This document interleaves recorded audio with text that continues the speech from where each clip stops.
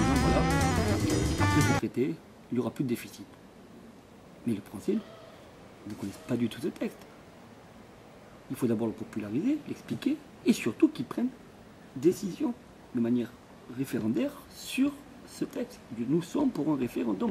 Parce que ce texte va beaucoup plus loin qu'être un simple texte de contrôle des finances, du budget. Il est déjà en soi une vision de l'Europe que certains voudraient. On n'est pas là du tout sur des questions simplement de déficit ou de non-déficit. On est sur simplement des questions sur quelle Europe aujourd'hui le capital est en train de dessiner. On ne peut pas regarder ce traité simplement au niveau français. Il faut voir que d'abord il s'appliquerait à toute l'Europe. Mais surtout, il faut regarder ce traité comme l'aboutissement de plusieurs années de crise, ou du moins d'une certaine crise capitaliste dont se servent certains pour façonner l'Europe qu'ils veulent. Quelle Europe veulent-ils?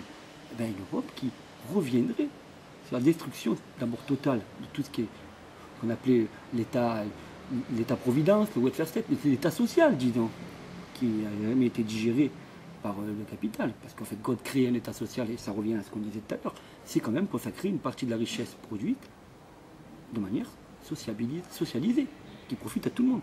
C'est revenir donc sur cet État social, c'est augmenter le taux d'exploitation, exploiter encore plus le travail, les travailleurs, et surtout, pour que ça passe, faire en sorte que les questions économiques soient des questions non démocratiques. Alors, on en voit bien sûr les conséquences déjà autour de nous. Regardons la Grèce, regardons l'Espagne, regardons l'Italie.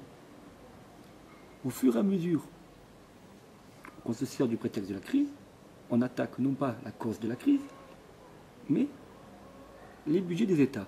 Ce qui permet donc une privatisation des États. Cette privatisation, d'ailleurs, qui va profiter à qui? Au monde financier, et qui précarise les populations, qui sont de moins en moins en état de résister.